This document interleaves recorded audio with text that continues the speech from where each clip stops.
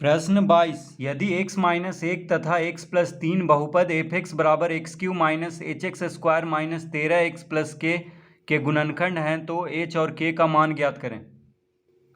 तो यहाँ पे एफ एक्स बराबर कितना है, तो एफ एक्स बराबर है x Q minus H x square, x Q minus H x square minus 13x plus के, ये दिया हुआ है एफ एक्स बराबर। तो अब हम लिखेंगे चूंकि x माइनस एक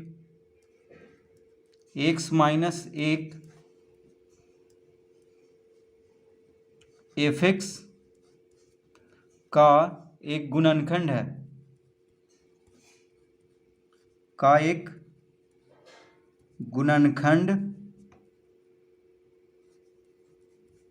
है। तो x माइनस एक किसका गुणनखंड है, x Q minus H x square minus 13x plus के का, ये दिया हुआ है। ठीक है, x माइनस एक किसका गुणनखंड है, एफ एक्स का। एफ एक्स बराबर, क्योंकि बहुपद जो है ये उसको एफ एक्स के बराबर लिखा गया है, तो x माइनस एक एफ एक्स का एक गुणनखंड है। हम इस तरह लिख लेंगे, चूंकि x माइनस एक एफ एक्स का एक गुणनखंड है, अतः गुणनखंड प्रमेय से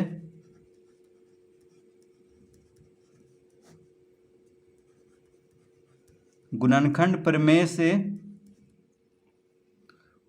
प्रमेय से क्या हो जाएगा, एफ एक बराबर शून्य हो जाएगा। एक कहाँ से आया, तो देखिए x माइनस एक का शून्य क्या होगा, एक होगा, क्योंकि एक x के जगह पे एक रखेंगे तभी शून्य आएगा। देखिए एक माइनस एक क्या होगा, शून्य। तो x माइनस एक बराबर अगर हम शून्य लिखेंगे तो x बराबर क्या आएगा, एक आएगा, यानी x माइनस एक का शून्य क्या होगा, एक होगा। तो यहाँ पे देखिए माइनस एक है तो इसका शून्य प्लस एक होगा, इसीलिए हम यहाँ पे एक लिखे हैं, प्लस एक। तो एफ एक बराबर शून्य हो जाएगा गुणनखंड प्रमेय से, क्योंकि x माइनस एक एफ एक्स का एक गुणनखंड है, तो गुणनखंड प्रमेय से क्या हो जाएगा, एफ एक बराबर शून्य। तो अब हम जहाँ जहाँ पे x है, देखिए जहाँ जहाँ पे x है वहाँ पे एक रखेंगे, क्योंकि x माइनस एक का शून्य का आया है एक। ठीक है, तो x के जगह पे क्या रखेंगे, एक रखेंगे, तो एक्स क्यू है, यानी एक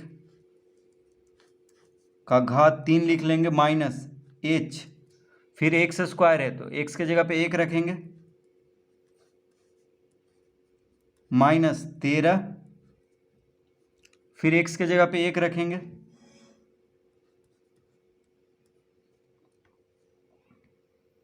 प्लस के बराबर शून्य, इस तरह लिख लेंगे। तो एक का घात 3 क्या होगा, एक का घात 3 एक होगा, माइनस एक का वर्ग एक, तो एक गुना एच हो जाएगा, माइनस 13 गुना एक 13, तो माइनस 13 गुना एक क्या होगा, माइनस 13, प्लस के बराबर शून्य, इस तरह लिख लेंगे। तो एफ एक बराबर शून्य है, तो x के जगह पे एक रखेंगे, एफ एक्स यानी इसमें उसके बराबर क्या लिख लेंगे, शून्य। अब यहाँ पे माइनस 13 और एक, माइनस 13 प्लस एक क्या होगा, माइनस 12, तो माइनस 12 माइनस एच प्लस के बराबर शून्य, इस तरह हो जाएगा। तो यहाँ पे देखिए माइनस एच प्लस के बराबर हो जाएगा 12,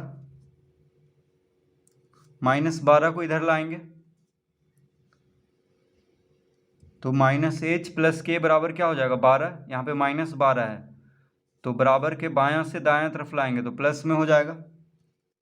इसको हम पहला समीकरण लिख लेते हैं, तो माइनस एच प्लस के बराबर 12। अब लिखेंगे यहाँ पे पुनः, तो एक समीकरण ज्ञात हो गया है, माइनस एच प्लस के बराबर 12। अब लिखेंगे पुनः एक्स प्लस 3, देखिए एक्स प्लस 3 भी एफ एक्स का गुणनखंड है, तो हम लिखेंगे एक्स प्लस 3, क्या लिखेंगे, एक्स प्लस 3 भी एक्स प्लस 3 भी एफ एक्स का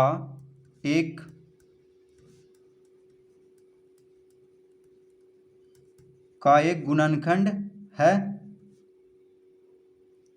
तो x प्लस 3 भी एफ एक्स का एक गुणनखंड है, ये दिया हुआ है प्रश्न में, ठीक है। तो इस तरह लिख लेंगे। अतः गुणनखंड प्रमेय से क्या हो जाएगा,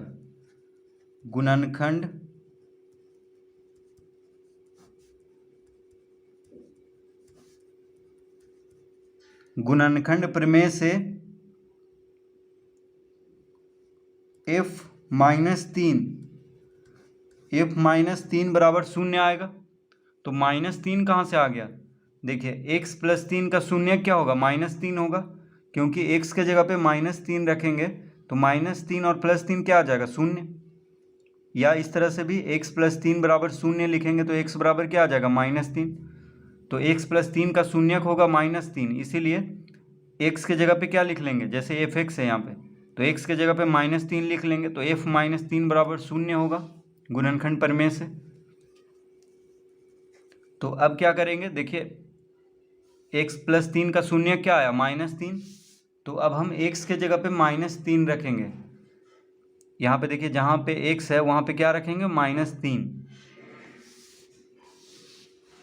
तो हम यहाँ पे लिखेंगे x³ है तो -3 का क्यू माइनस h, फिर x² है तो -3 का स्क्वायर -13, फिर x के जगह पे क्या लिखेंगे, -3, तो यहाँ पे -3 लिख लेंगे गुना करके, प्लस k बराबर 0, इस तरह लिख लेंगे। तो x के जगह पे क्या लिखेंगे, -3,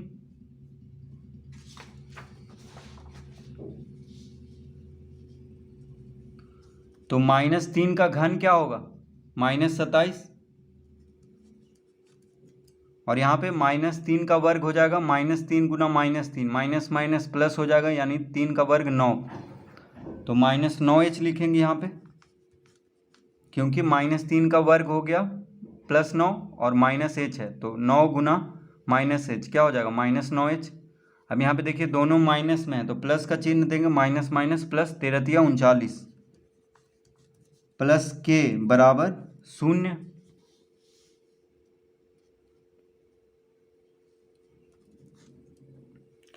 अब 39 में से 27 घटाएंगे तो 12 आ जाएगा, ठीक है। 39 में से 27 घटाने पे क्या आ गया, 12, तो 12 माइनस 9h प्लस k बराबर 0।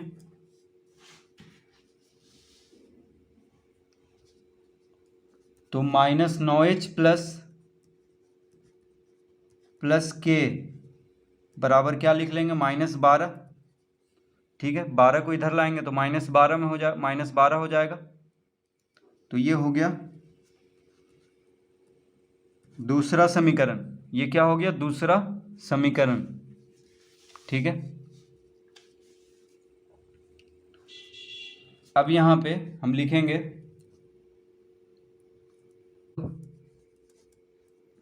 पहला समीकरण माइनस, यानी पहला माइनस दूसरा से, यानी पहला में से दूसरा घटाएंगे, ठीक है।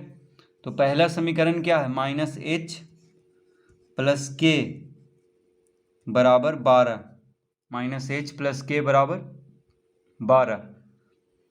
दूसरा समीकरण है -9h प्लस k बराबर -12, ठीक है।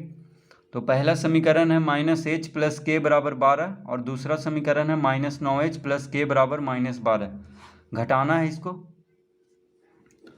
तो जो घटता है उसका चिन्ह बदल जाता है। तो देखिए कौन घट रहा है, -9h प्लस k बराबर -12 को घटाना है, तो इसका चिन्ह बदल देंगे तीनों का, माइनस हो जाएगा प्लस, प्लस हो जाएगा माइनस, माइनस हो जाएगा प्लस। ठीक है, अब यहाँ पे देखिए प्लस के, अब ये नीचे वाला चिन्ह से हम इसको हल करेंगे तो प्लस के और माइनस के शून्य आ जाएगा, तो इसको काट देते हैं। अब यहाँ पे 9h प्लस में है, h माइनस में है, तो 9 में से 1 घटाएंगे तो 8h, 8h हो गया, प्लस में आएगा क्योंकि 9h क्या है, प्लस में है, बराबर 8h बराबर 12 और प्लस 12। देखिए ये चिन्ह हम नहीं देखना है, तो 12 और प्लस 12 क्या होगा, 12 जोड़ 12 24। तो लिखेंगे चूँकि 8h बराबर 24, 8h बराबर 24 आया तो h बराबर क्या आ जाएगा, अतः h बराबर 24/8 यानी 3। 24 को 8 से भाग देंगे तो 3, तो h बराबर कितना आएगा, 3। तो देखिए h का मान आ चुका है, अब k का मान हम ज्ञात कर लेंगे। तो लिखेंगे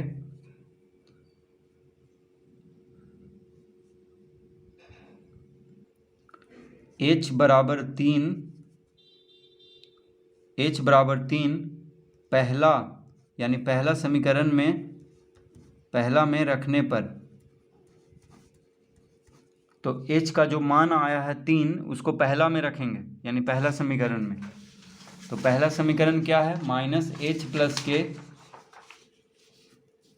पहला समीकरण है माइनस एच प्लस के बराबर 12, माइनस एच प्लस के बराबर 12।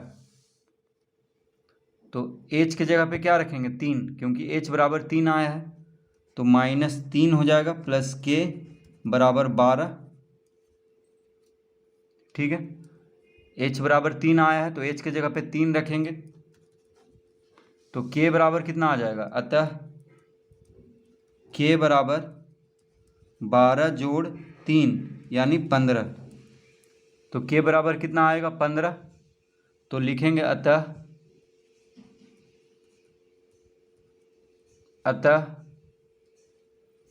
h